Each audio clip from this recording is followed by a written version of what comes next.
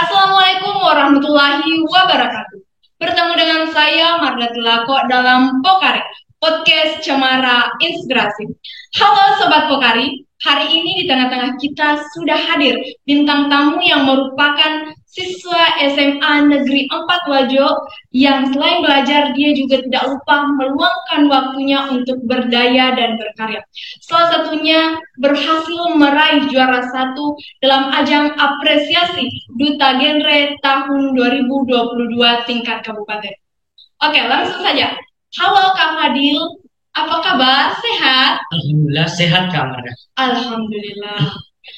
Sebelum kita mengulik lebih dalam bagaimana cara Kak Fadil membagi waktu antara belajar dan mengemban amanah sebagai Duta Genre tahun 2022 tingkat kabupaten, kita tanyakan dulu nih, apa sih itu genre?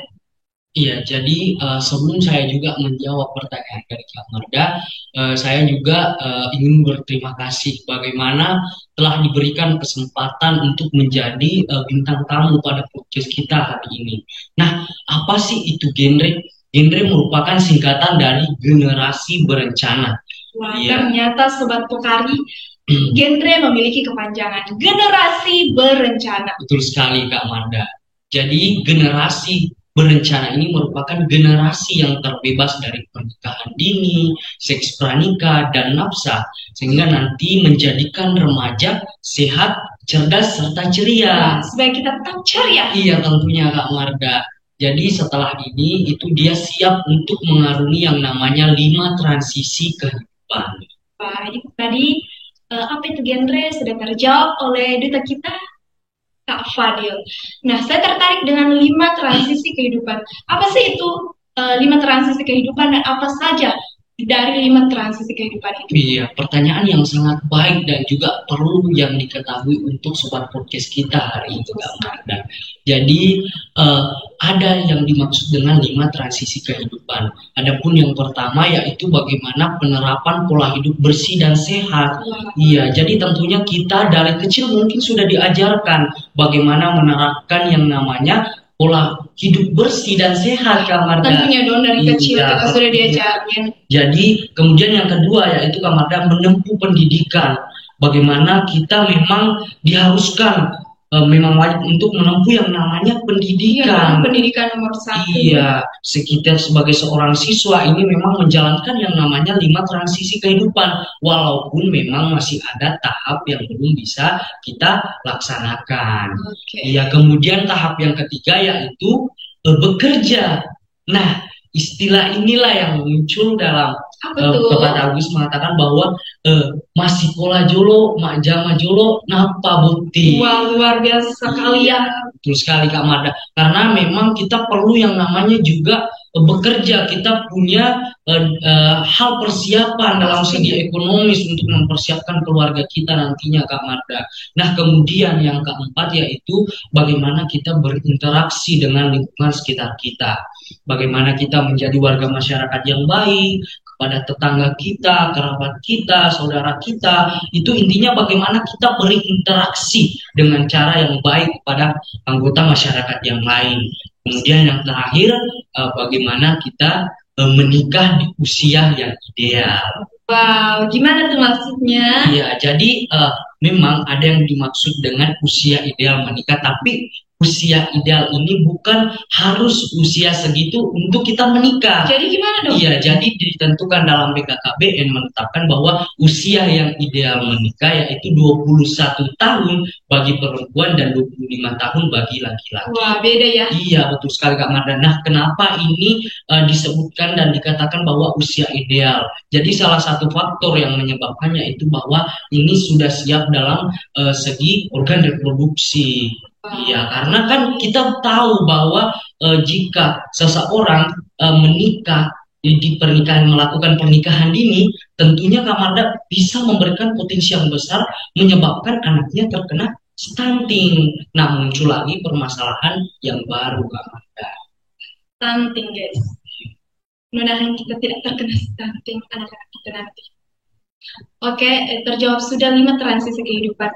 Nah, di tengah Kak Fadil menjadi seorang pelajar yang disibukkan dengan seorang pelajar, bagaimana sih dan apa yang memotivasi Kak Fadil untuk ikut dalam ajang Duta Genre tahun 2022 ini?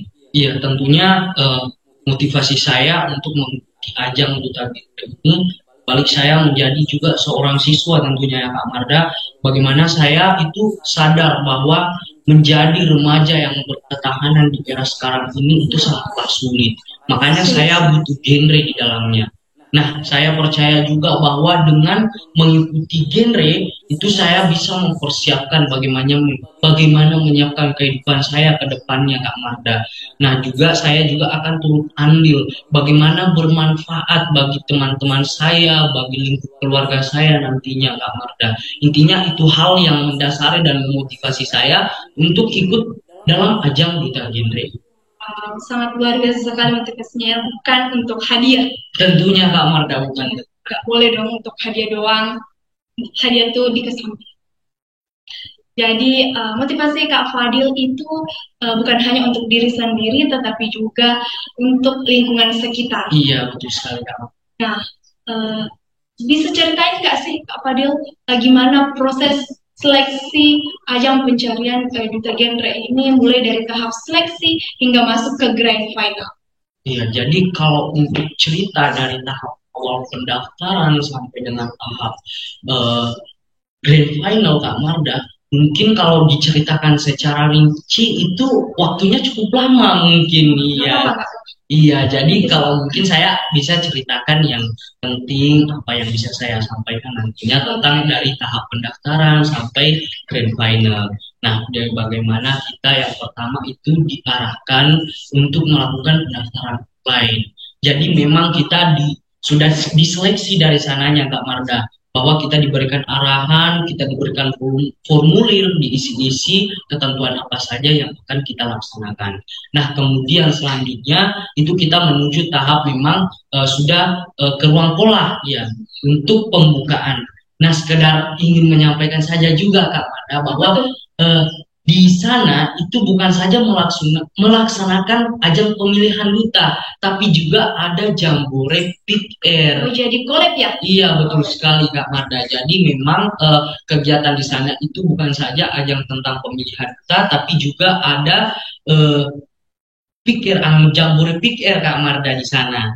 Nah, setelah itu kita melakukan pembukaan secara bersama-sama. Saya kemudian duta-duta juga diarahkan dan dialihkan ke rumah jabatan untuk dipisahkan dari betul sekali Kak Mardana. Setelah kita diarahkan ke rumah jabatan, saya di sana itu kita akan dikarantina di sana selama 2 hari Kak Marda. Jadi setelah kita di sana kita diberikan arahan sedikit oleh kakak panitia di sana. Setelah siangnya itu kita langsung diberikan dan diarahkan untuk melaksanakan tes tertulis. Tes tertulis bagaimana tuh? Iya, jadi memang di sana itu kita dilaksanakan bagaimana wawasan kita, bagaimana pemahaman tentang genre kita. Kita diasah di sana. Kita diberikan pertanyaan, lalu kita akan menjawab pertanyaan tersebut dalam waktu yang diberikan. Nah, setelah selesai tes tertulis tersebut, kita langsung juga melaksanakan yang namanya tes wawancara. Ternyata ada wawancaranya juga. Iya, betul sekali Kak Marda, dan keadaan itu mungkin saya juga cukup gugup karena mata tertuju di depan kita Dewan Juri, kita langsung berhadapan dengan beliau, kita mengungkapkan apa yang akan kita sampaikan, jawaban apa yang akan kita berikan kepada Dewan Juri, sehingga bisa diterima, ataupun mungkin ada jawaban yang memang belum bisa diterima oleh Dewan Juri Kak Marda.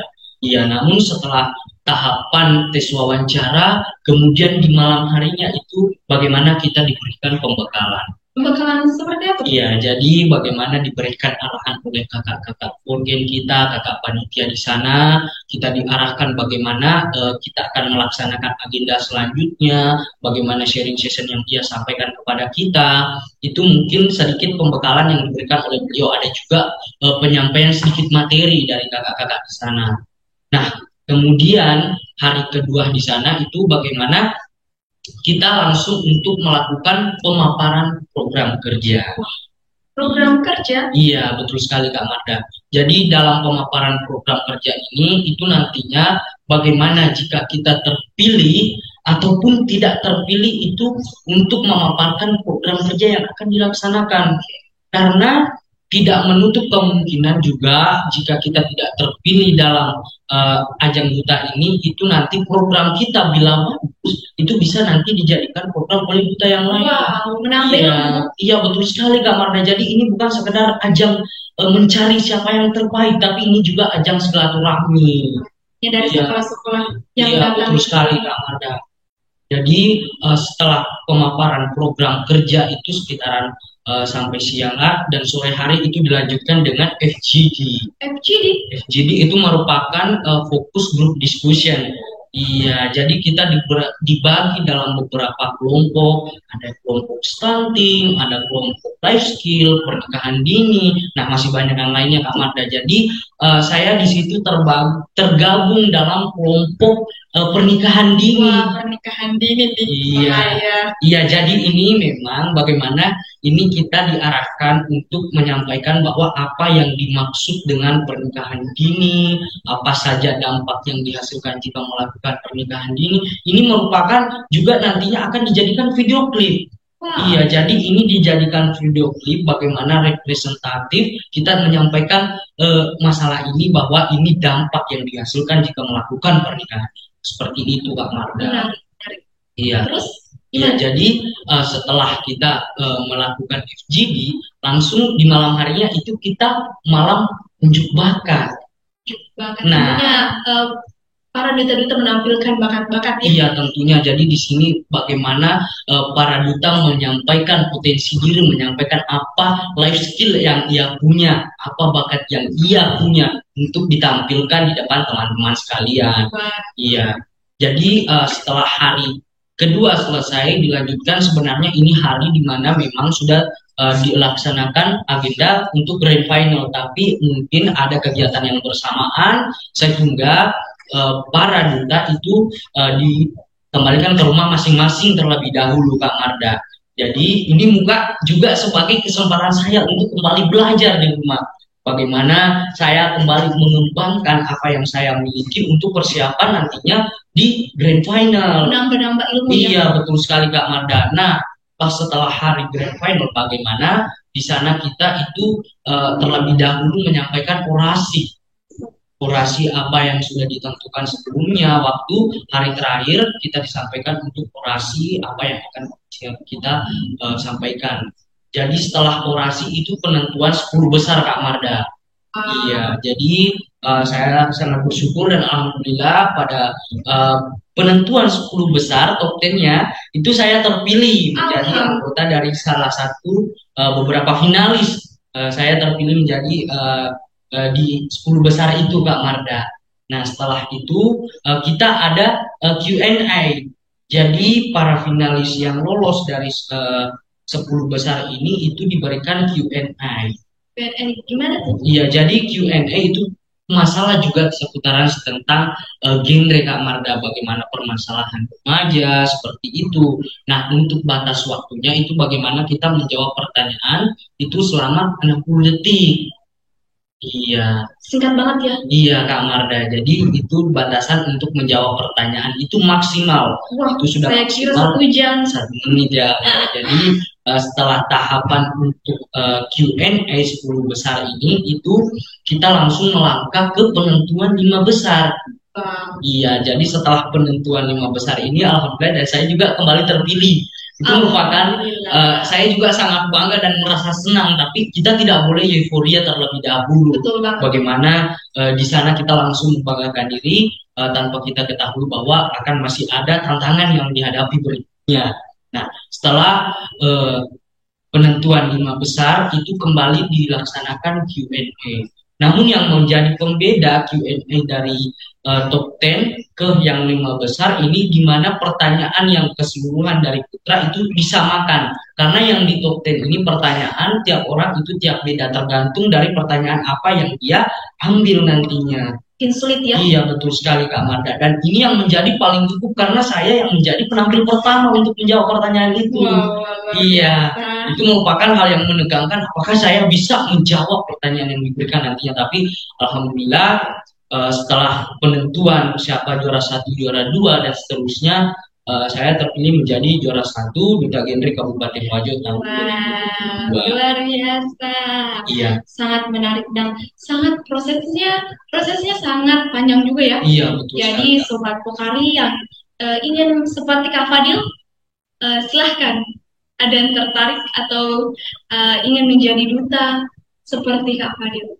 Gimana caranya? Iya, tentunya kepada adik-adik sekalian yang ingin tergabung bahwa ingin menjadi anggota duta ataupun menjadi duta seperti saya ini, maka sejak dini mungkin di ataupun join di ekskul PIK-R.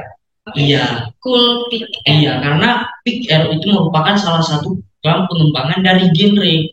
Jadi di sana kita juga melibatkan bagaimana remaja dengan remaja saling berinteraksi. Intinya bagaimana pendekatan kepada remaja, Kak Marga di sana. Oke, Iya.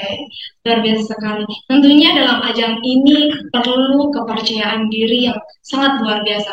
Bagaimana tuh cara Kak Fadil memunculkan kepercayaan diri dalam ajang Duta Genre tahun? Iya, tentunya bagaimana saya mengembangkan rasa percaya diri saya, ini saya juga berdasarkan apa yang sudah saya tanyakan kepada Kak Manda tadi, bahwa ini motivasi yang menjadikan saya untuk melakukan dan melaksanakan yang namanya kegiatan ini. Saya harus percaya diri.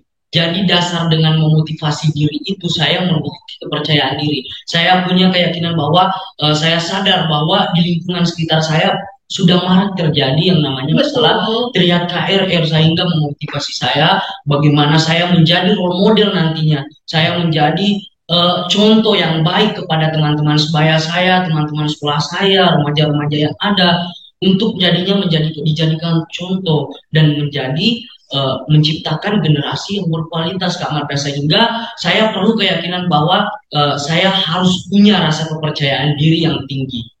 Luar biasa. Itu Kak Marta.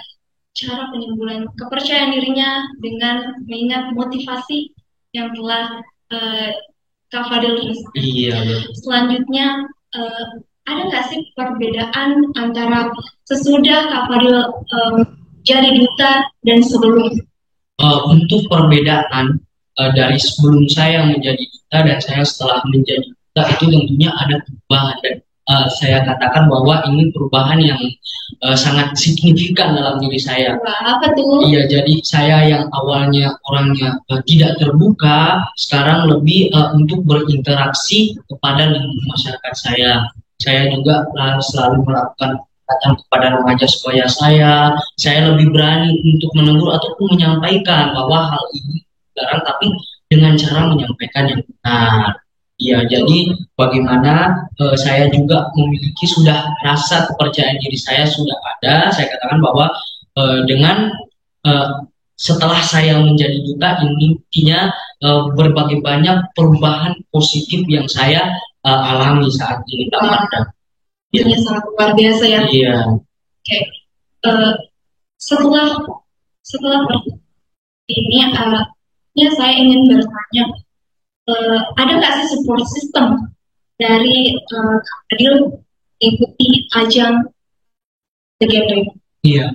Jadi apa yang saya raih sekarang ini bukan saja apa dari usaha saya sendiri, tapi tentunya ada dukungan, ada support system dari teman-teman, dari kakak-kakak kelas kita, kakak alumni dari duta terutamanya, yang mana telah memberikan arahan, bimbingan, beliau rela mengorbankan waktunya kepada kita, bagaimana dia memberikan pelatihan, bagaimana dia menceritakan apa yang dia alami sebelumnya di forum Indra itu. Jadi memang kita sudah diberikan arahan bagaimana melaksanakan selanjutnya.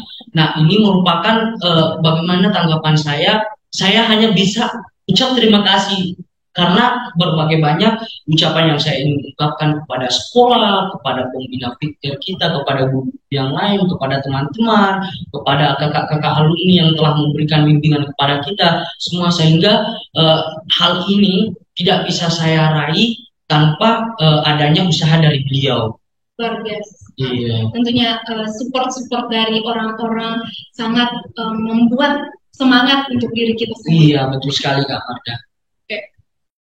Tentunya pada ajang Duta Genre tahun ini eh, setelah kamu menjadi duta, ada nggak sih tanggapan dari sekolah atau teman-teman kamu? Alhamdulillah, tentunya dari pihak sekolah, dari teman-teman, tentunya ini tanggapan yang baik, yang mana positif maksudnya Kak Marda. Bagaimana memang ia mendukung saya dalam bidang ini, sehingga saya mendapatkan apresiasi baik dari ucapan teman-teman sekalian yang mengucapkan selamat, dari kakak-kakak, serta juga ucapan selamat yang diucapkan oleh dari Bapak Kepala Sekolah kepada Bapak di sekolah. Ini merupakan sebuah penghargaan yang sangat berharga bagi saya, Kak Marda. Oke, luar biasa ya tanggapan-tanggapan dari sekolah, teman-teman, serta guru. Pertanyaan selanjutnya, ketika kamu berada di posisi harus menuntut ilmu dan mengemban amanah sebagai duta, gimana kamu membagi waktu kamu? Iya, jadi jika memang ada kesempatan atau ada waktu yang bersamaan, bagaimana saya, karena saya seorang siswa juga ya Kak Marda, tapi di lain sisi ada kegiatan dari genre yang saya ingin laksanakan dan memang harus saya ikuti, maka langkah yang pertama saya lakukan yaitu bagaimana saya meminta izin, dan menyampaikan permasalahan pada program saya. Biasa ya, Kak? Iya, jadi setelah itu saya sampaikan kepada wali kelas saya sampaikan, dan juga tentunya jika saya setelah menghadiri acara tersebut, bagaimana saya tidak langsung vakum, tapi bagaimana saya mengejar pelajaran yang tertinggal sekiranya setelah saya melakukan kegiatan di luar sekolah, Kak Manda. Mencari tahu ya apa saja yang ketinggalan ketika kamu tidak. Iya. Nah, ada nggak sih cara kamu untuk atau hobi untuk membahagiakan diri? Iya, tentunya kalau hobi saya memang sukanya main sepak bola. Itu merupakan salah satu hobi yang paling saya sering laksanakan, di mana jika saya punya ada waktu luang dengan saya, tentunya saya dan melaksanakan ataupun bermain sepak bola. Jadi itu merupakan salah satu hobi yang paling saya senangi dan sering saya lakukan di waktu luang saya. Nah, itu hobi dari Kak Fadil. Menurut Kak Fadil, kenapa sih kita harus, sesuai dengan tema kita hari ini, kenapa sih kita harus belajar, berdaya, dan berkarya? Iya, tentunya dari segi yang pertama yaitu belajar. Tentunya kita memang perlu belajar, kita diwajibkan untuk belajar. Karena bukan saja dalam lingkup sekolah, tapi dalam lingkup agama juga kita penting untuk menuntut ilmu, Pak Marda. Jadi kenapa kita perlu yang namanya belajar, itu memang sudah ketentuan dan sudah haknya kita untuk mendapatkan yang namanya belajar. Pendidikan itu nomor satu. Iya, betul sekali Kak Marda. Nah, kemudian yang kedua yaitu berdaya dan berkarya. Jadi ini saling berkesinambungan Kak Marda. Bagaimana ini dalam genre itu sama hanya dalam substansi genre yang mengatakan bahwa life skill, pengembangan potensi diri. Iya, jadi bagaimana kita punya ketahanan ataupun potensi diri yang bisa sekiranya nanti itu bisa dalam bersegi ekonomis, dapat menghasilkan uang nantinya yang nantinya akan menjadi pusat kehidupan kita nantinya. Iya. Jadi gitu ya. Iya, betul sekali Kak Marda. Itu belajar dan berdaya serta berkarya itu sangat penting. Iya. Jadi dengan bincang-bincang saya dengan Kak Fadil, dapat saya simpulkan bahwa sekolah yang ditempati Kak Fadil yaitu SMA Negeri 4 Wajo sangat memberikan ruang untuk siswa mengembangkan potensi yang dimiliki. Jadi untuk teman-teman yang masih bingung mencari sekolah menengah, masih bingung mencari sekolah menengah atas, boleh banget nih, ayo bergabung bersama kami di UPT SMA Negeri 4 Wajo. Luar biasa karena dua kali lebih bisa.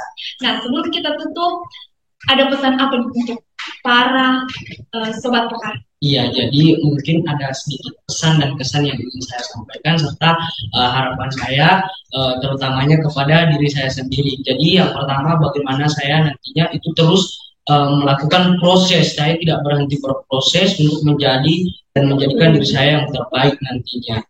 Jadi itu Kak Marda, dan saya juga berharap bagaimana sobat-sobat Pokari itu menjadi seseorang yang punya perencanaan, menjadi generasi yang berencana. Dan kita katakan dan kita ketahui bahwa kalau kita di sekolah itu kita dapat pembelajaran dulu, baru kita dapat ujian. Tapi nyatanya di kehidupan nyata itu kita diuji dulu, baru kita dapat Betul pembelajaran. sekali. Iya, makanya itu perlu dalam kehidupan itu kita memang sudah ada perencanaan, karena tidak sama halnya orang yang punya perencanaan dengan orang yang tidak. Jadi kalau kita sudah ada planning untuk menghadapi masalah, kita akan siap untuk menghadapi masalah tersebut. Luar biasa. Jadi itu pesan dari Kak Fadil. Terima kasih Kak Fadil telah meluangkan waktunya untuk hadir di podcast kita hari ini. Semoga para sobat Pokari dapat terinspirasi dari Kak Fadil. Sekian, wassalamualaikum warahmatullahi wabarakatuh.